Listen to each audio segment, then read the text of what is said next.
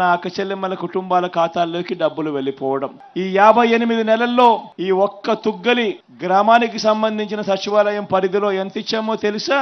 కేవలం ఈ 58 నెలల కాలంలో 29,65,00,000 29,65,00,000 ఈ ఒక్క తుగ్గలి గ్రామ సచివాలయ పరిధిలో 5,226 జనాభాకు 1,748 ఇల్లున్న ఊరిలో 1,666 ఇళ్లకు అక్షరాల ఈ 58 నెలల కాలంలో 29,65,00,000 రూపాయలు మీ బిడ్డ బటన్ నొక్కాడు.